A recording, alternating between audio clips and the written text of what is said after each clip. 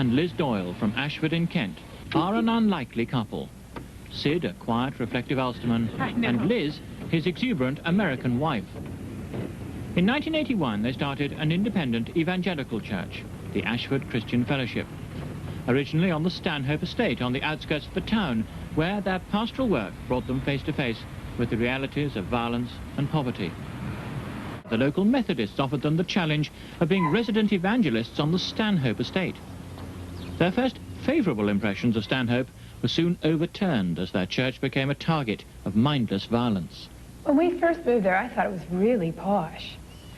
But after the third day we were there, we began to find out what was behind the doors.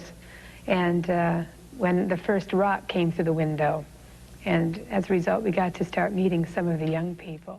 When I found that so many people didn't know even what the cross was about, that concerned me.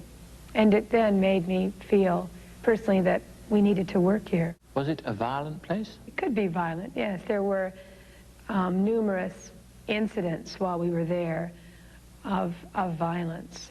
And a lot of it had to do with interpersonal relationships and also just young hooliganism. What sort of violence did you have to face? Things like we had some personal injury. Sid was beaten up a couple of times.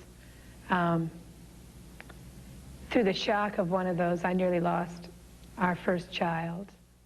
I had to face violence, other people fighting and break-up fights and numerous missiles coming through the window. It seemed to be, but it just became a part of your life after a while. You didn't sort of think, oh, this place is violent. You just thought, this place is home. Unfortunately, there's just so much heartache and so much bitterness that's built up in people. Is it? But we were seeing difficulties between what we were doing, which was really people-orientated. We saw the need to reach people, and we ran into a little bit of conflict with the church system, as it were, more than anything else, which was disappointing. We'd had quite a good relationship, but we weren't always singing the proper hymns. We had some difficulties just in reaching, you know, we sang choruses, we were lively, we prayed for the sick, we would go out in the streets and sing in the open air, various things like this, and there was a conflict I could see coming with that until eventually we had to leave. We prayed, and a local Anglican church very kindly offered us a curatage that they had vacant. They said, you can come and live here. You can live here until you get housing. We went to the council.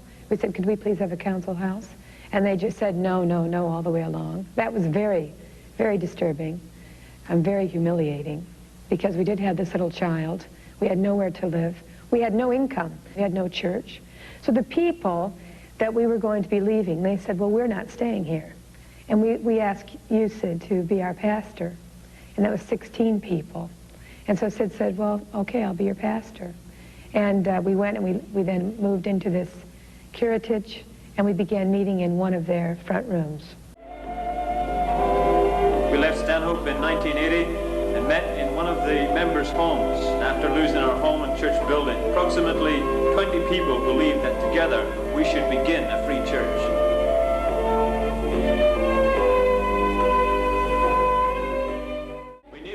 To meet, and the Pentecostal church offered us at a low price their building. £2,000 anonymously was provided through our letterbox the Sunday before we had to pay for the building.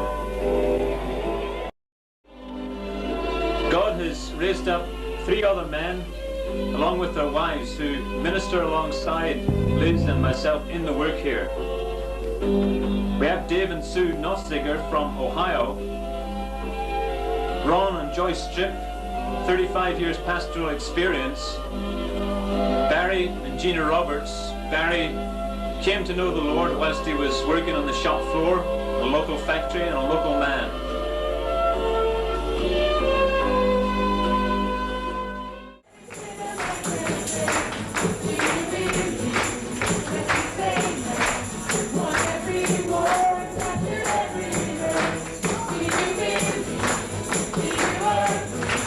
That includes every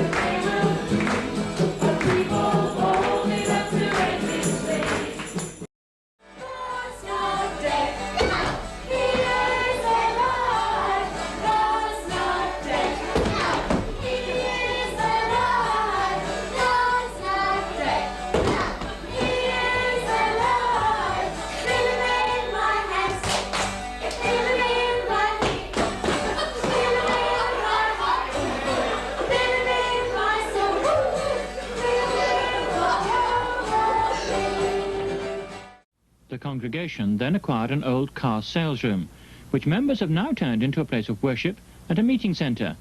It's a familiar sight in the centre of Ashford, near to the parish church. The fellowship's style of worship is modern, lively and evangelical, and the congregation is now independent from the Methodists, pursuing its own ministry. We came into this particular building with 80 people. It's grown from there to 300. And in the area which was the car wash, they used to wash the cars, where we have now our coffee bar area. And in that area on a Sunday there's sometimes 75, 80 young people, children. We've had over 50 different nationalities come through the church through the years. Even while we were a small church, we just found that people from all over the world would find us, and they would come and worship with us. We do a lot of ministry into African countries because there's a college nearby, an agricultural college called Y College, and many of the foreign students come here from there, and we're able to pastor them, and then when they go back to Africa, continue to support them and help them in their work there. But we'd love to knock this down, build up about 3 floors, and have a private chapel upstairs and Sunday school rooms and offices, and, you know, that's a dream.